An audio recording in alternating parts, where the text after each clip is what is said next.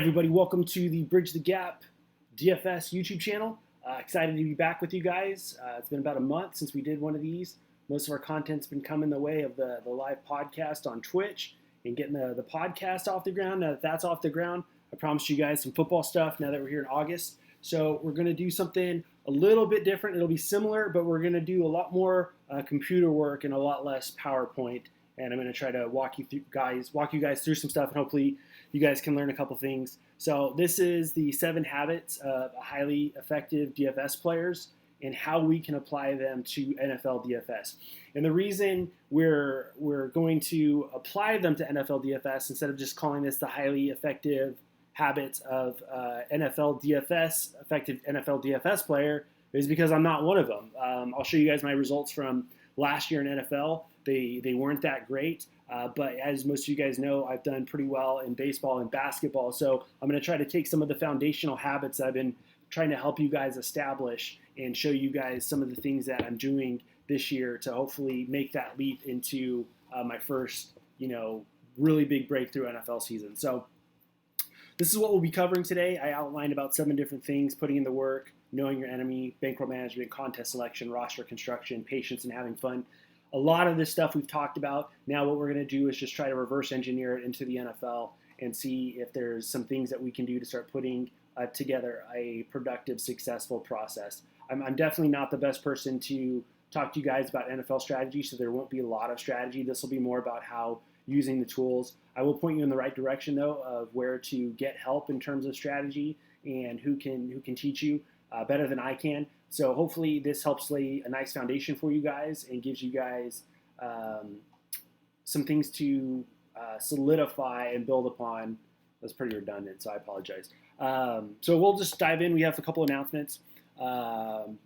Launched a new podcast last week. Basically, I worked with Mike, the producer at Permanent Record, the recording studio where we do the podcast, and was able to challenge him with, hey, is there a way to take the audio from the YouTubes and turn them into a podcast feed? And he was all about it. So we got that up. So all of the audio from any of the podcasts or any of the YouTubes that we've done is now available on this channel. If you just search this is the logo. This is what it looks like, designed by our boy Sequence. So if you're new to the channel or you want to do some refreshing, a lot of the stuff has been baseball related the last couple months, but there's some really good foundational stuff. And there are a couple things that I did last year for football season in terms of building groups and some mistakes that I made to learn from. So if you guys want to check that out, feel free to do so. Upcoming on the podcast, we have a really busy week next week. We're going to have Matt, the founder of SaberSim, on with a special co-host who's been featured on the podcast before. He's going to be in Austin, and I said, hey, let's do this together. Are you down? And he was down, so we'll be doing that on Monday. And then after that, we'll be doing the Steinberg brothers back-to-back. Danny and Max, these guys are all over the place, involved in sports betting, poker, handicapping, DFS. They do it all, and they're really interesting guys, and I was able to line it up interviews with both of them. So we'll learn about their journey, and I really enjoy some of the podcasts we've done where we've got to know Will and Tom and Sequence and Petty, tell their journey, learn about some of the things in DFS that no one else is talking about: variance, downswings, balance, things like that. So we'll keep that doing. All of them will be streamed live on Twitch. I'll get you the times next week. You can catch all of the podcast on any of the podcasting platforms. And I want to give a special thank you to Victor and Mallory at DraftKings. I was able to take advantage of my first DraftKings experience last week. Went to the Astros game. They put us up in the box. Mallory was a great hostess. And while we were there, I said, I think you guys have some really cool gear at DraftKings. I never want to spend my crowns on them because I save those for contests that I'm trying to build my bankroll with. And it's always been a goal of mine to wait until I get some DraftKings swag from qualifying for my first live final. I try to exercise good bankroll management, and chasing live finals as a low-stakes, mid-stakes player is not a good way to allocate your bankroll. So she said, don't worry, I'll get you some gear. So got my DraftKings shirt on. She sent a couple other things, so very cool, very generous of her, and I really, really appreciate it. So without further ado, we'll hop right in. The first thing that we talk about, I always talk about, there's 3 foundational principles that if you can master, you're going to be very successful at this. Number 1 is putting in the work. Number 2 is managing your bankroll. And number 3 is having the patience to see your process turn into something consistent, worth being able to invest more money in and see the return the long-term return of what you've got. So I've expanded that a little bit, and so what we're going to do is hop into putting in the work and what that means. A lot of what I've done to become successful is just from studying other players. Manny Laura has taught me a lot about how to do that, and so I'm going to just walk you through some of the things that I will recommend doing to get better at this. So we're going to start right away with some of our work. So just want to give you guys an idea of what my NFL season looked like. So I finished profitable about $1,500, which it's great. But if you saw where it started, which I will show you where it started, at the highest, I had a really good run at the beginning of the preseason, the NFL preseason, and I was up about $2,500. So I basically spent the rest of the season losing $1,000, which it's basically a 22-week season. So if I lost $1,000, I'm basically losing what's the math on that? $50 a week? Is that right? Fresno State, everybody. So yeah, it could have been a lot more productive, but you're learning. I want to be transparent with you guys. I want to show you what my actual results were. So this was a spreadsheet that floats out. It floats around about once a month. I was able to get a hold of this with the NFL results from last year. I think the parameters are: this is DraftKings only, contest over $1, with at least a $2,500, $2,000 prize pool. So I'm going to just search my name. Let's see, just move this out of the way. I'm JG all day on DraftKings. So you'll see that my DraftKings is minus $4,000. So how is that different from the results that I had? So what this actually is, a big majority of this loss is from cashing in satellite tickets. So I only play in the Millionaire Maker when I have the tickets to play in it, and I didn't do very well at all. So if you look at my results, this was a big one right here, cashing a bunch of tickets. I would usually do about 20 to 40 tickets at a time. Sometimes I think a couple of these I ran up to 100 tickets. I just sucked. I just wasn't very good. I didn't really know what I was doing. I had a bad strategy. So even though it was a profitable season, it looks a lot worse on the spreadsheet because when you cash in your satellite ticket, the way that it shows up in your DraftKings CSV is the cost of the ticket and not actually what the true cost was based off of what you've won. But again, it's a great way to get experience in bigger tournaments, and I highly recommend satellites. We'll touch a little bit more about that. I know we've covered that in the past, but I just want to give you guys full transparency. Like I'm not a very good NFL player. I haven't been, and it's ironic because it's my favorite sport. So a lot of the biases that I have towards this sport, I've tried to purge in this offseason. I'm not really following a lot of the news. I'm not following a bunch of the training camp stuff. I dropped all of my dynasty leagues. I quit every single one of my season-long fantasy football leagues except for my home league that I've been in for the last 15 years, where it's more about the camaraderie and the friendships that I've made than playing in the league. I would never quit that league.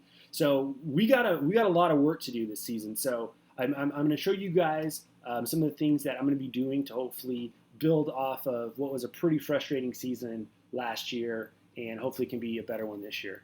So the next thing I want to show you guys is how to do some studying. So where we're at right now, we're in Lineup Rewind on Fantasy Cruncher. So if you go to fantasycruncher.com, Lineup Rewind, this is a free tool. If you guys, I know everybody can't invest into their DFS business, but if you had to spend any dollar, make it Fantasy Cruncher. You can use so much with this stuff. I use Fantasy Cruncher, SaberSim, and Daily Roto is what I'm going to be using for NFL season. But Fantasy Cruncher, I build all of my lineups on. The projection sites, I'll typically download their projections and upload them into Fantasy Cruncher. I'm just more comfortable building on Fantasy Cruncher. Dave and his team have built a phenomenal product, and they're always striving to get better. So we're in Lineup Rewind. If you go to the DraftKings contest data, you can see what the winning scores were. So I sorted by the top score, and this is week one, and this was the Buccaneers and Saints shootout where Fitzpatrick absolutely went nuts. So if you have Fantasy Cruncher Pro, you'll be able to use lineup study. So if you click this button, it's going to take us to the lineup study aspect. And this is what I mean by studying players, studying how to get better. So every week I'll typically, one of the first things that I'll do is look at, okay, what did the top lineup do? It might not be opening right now. I know they're doing some back-end work on Fantasy Cruncher. So I know what the winning stack had. So the first thing that I do to try to get better each week is I'll try to rebuild it. So we know that it was a Tampa Bay Buccaneers and New Orleans Saints game stack shootout. So the first thing I'll do, and I'm going to show you guys how to build groups right now. In my options, I'll go slow so that you guys can see this. I always do 3 uniques. I don't mess with anything else on this page. Position stacks, you can build stacks this way, and I'll show you in a different segment, but I do not. Team stacks, this is more of a baseball tool. I mean, you could use it, but I don't use it. Groups is where it's at for football. It gives you a little bit more control of who's actually in your player pool and in who is going to be distributed when you're building your lineup. So I'm going to show you exactly how to build a group right now, and that way, as you guys start doing some of your testing, some of your learning, you'll know how to do it. So what we want to do is, so the first thing, so here's another trick. So if you click none, we're here in the all. So let's go, I'm gonna put all the players back into the player pool right now. And these projections are SaberSims projections that I've archived and saved. And so I think it's running a little slow because I'm recording as I do it. So I apologize. It's probably a really bad idea.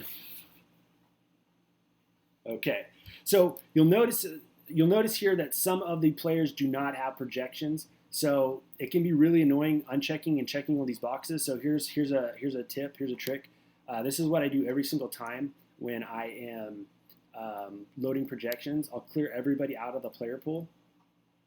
And so now everybody's gone from white to gray. If you click this box and go down to My Projections, it's going to move everybody in the All section right here, All, into My Pool. So every player that does not have a projection is no longer included. You click on My Pool.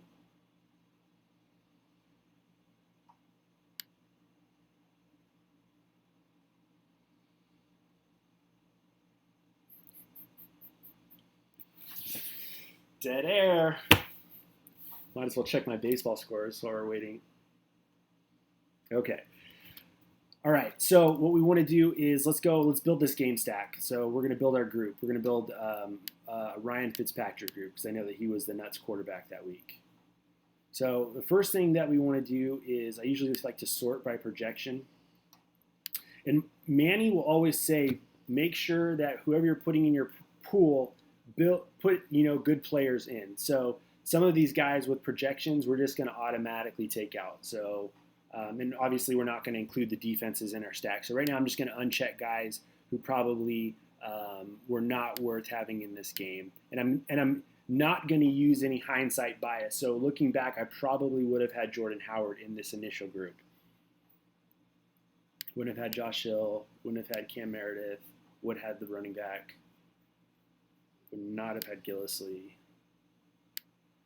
So basically right now what we're doing is we're programming who we want in our group. You can't have Drew Brees and Ryan Fitzpatrick in the same group. So then you click this button, Add Select to a Group, Create Group.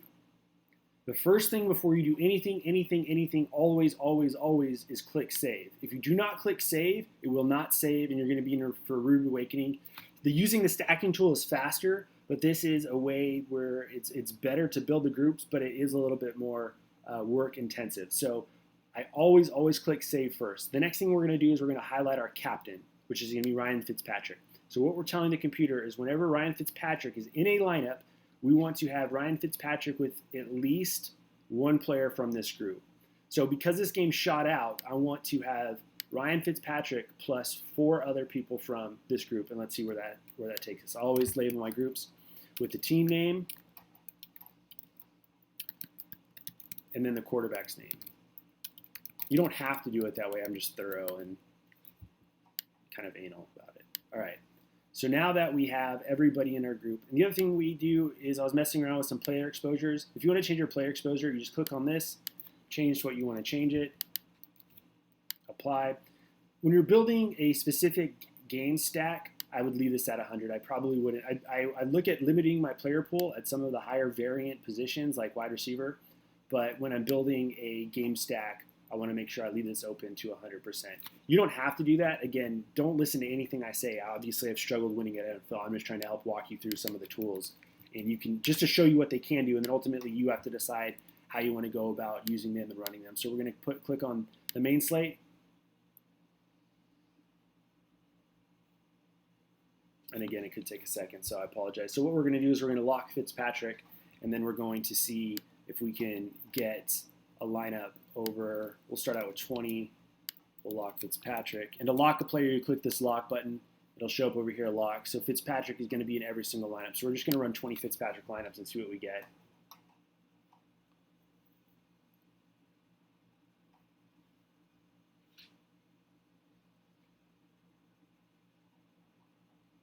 Wow, so this is pretty cool. So this is telling us how our 20 lineups would have done in the Millionaire Maker. This is new. I didn't even see this yet. I don't even know if Manny's talked about that. That's pretty cool. So basically, we would have profited $700. So let's sort by our actual score. So we actually had a 235. Most weeks, that's probably winning the Millionaire Maker. But we saw in this week, you needed a 301 to win. So this wasn't any good. But that's the gist of how to build and how to study. So I would just spend time adjusting my groups, adjusting my exposures, adjusting my uniques. You don't have to use 3. I know some guys that use 1 or 2. I know some people that use all the way up to 5. It's just a matter of preference. I'm just trying to show you guys how to use the tool. So that's how you would go about studying and learning from other players. In terms of how to study individual players, when this is open, so one of the things that I can do with this spreadsheet is I can sort by who was the most profitable. So some of these are going to be inflated because these guys won Millionaire Makers. But if we look at a guy like TJ or TJ, no Millionaire Maker win, and this guy is getting after it. He's a higher stakes player, so he's playing against tough competition, and they have really nice payouts up there. So what I would do is look at this list.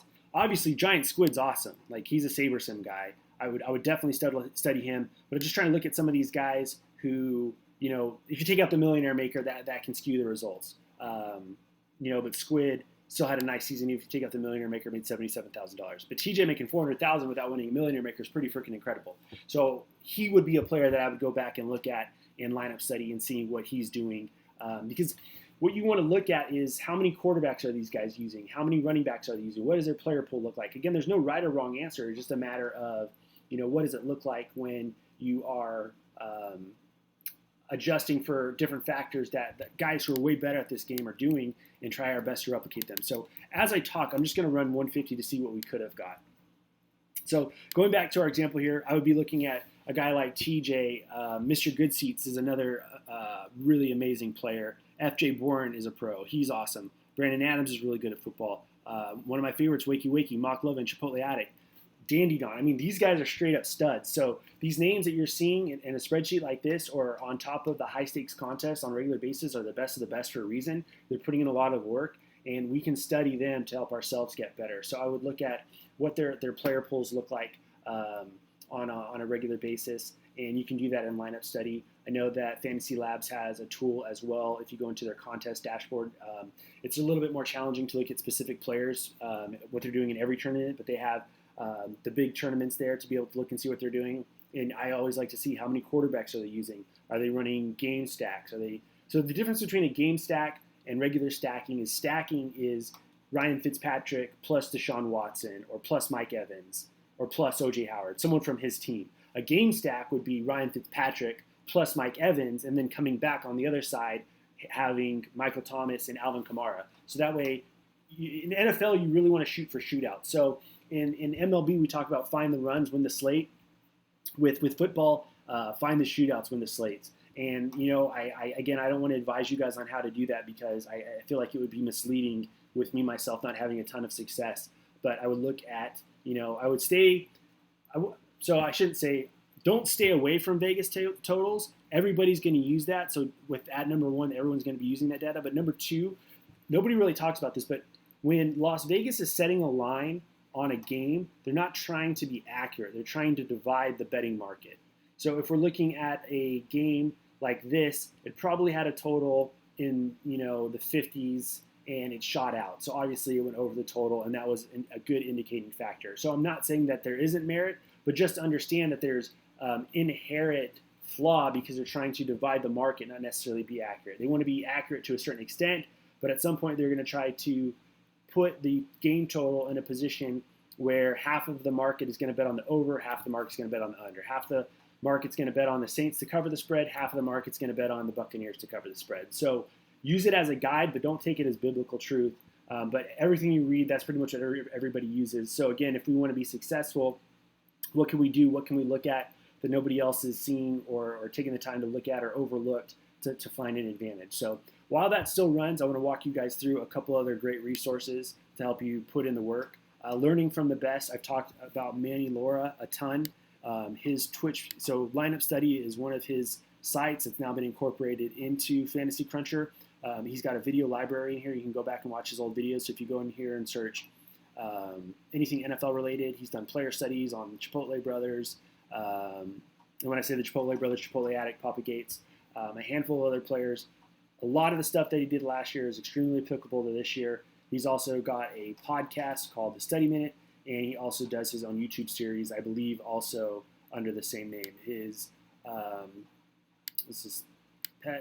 this is his Twitch, twitch.tv/mlaura. For those of you that are not familiar with Twitch, he streams live at a certain time. The videos are usually archived, I think, for 2 weeks after they went live. So everything in here is something that you can go back and see what he's been talking about. I know he's been mixing in some baseball and some football. He is an incredible educator. He's the one guy, between him and Dave at Fantasy Cruncher, what Manny taught and the tool that Dave created, it's taken me from basically a break-even player to being able to play DFS as my main source of income for close to 3 years now. So I really appreciate those guys, and you're going to learn a ton. He's got a great community as well. I'm not always available to be involved when they're going live because it's at, it was at 9 o'clock when I was living in California, but now that I'm in Texas at 11, I normally have stuff going on during the day. I do run a business outside of DFS, and I'm spending a ton of time on DFS-related projects like the video and the podcast and everything else, building a website. So we have a ton going on, but I will watch the videos at night, and this is where I watch them in the archives. And then Pet, who we had on the podcast, has also started a stream, and he is very, very gracious. He's asking questions. He's answering questions that people have. And the thing that I like about Manny and Pet, and I think that this is the future of educating players and the model that I've tried to follow, is not telling people the answer or making them any false promises. There's a lot of hard work. There's a lot of variance. It's very hard to be good at this game, but it can be done. And they will put you in a position to not give you the answers for the test, but help you study better for the test. All this is about, getting a little bit better, studying things that other people aren't looking at, and picking the brains of the pros. So there's a lot of great content out, but in terms of learning how to play the game, these are the resources that I would trust, and how to study, how to get better. I hope this was really helpful to you guys. I get that question quite a bit. How do I study? I covered this pretty quickly. Maybe we can do a follow-up video at some point if that's something that you guys want to see. But this is the gist of what goes into my process for building a process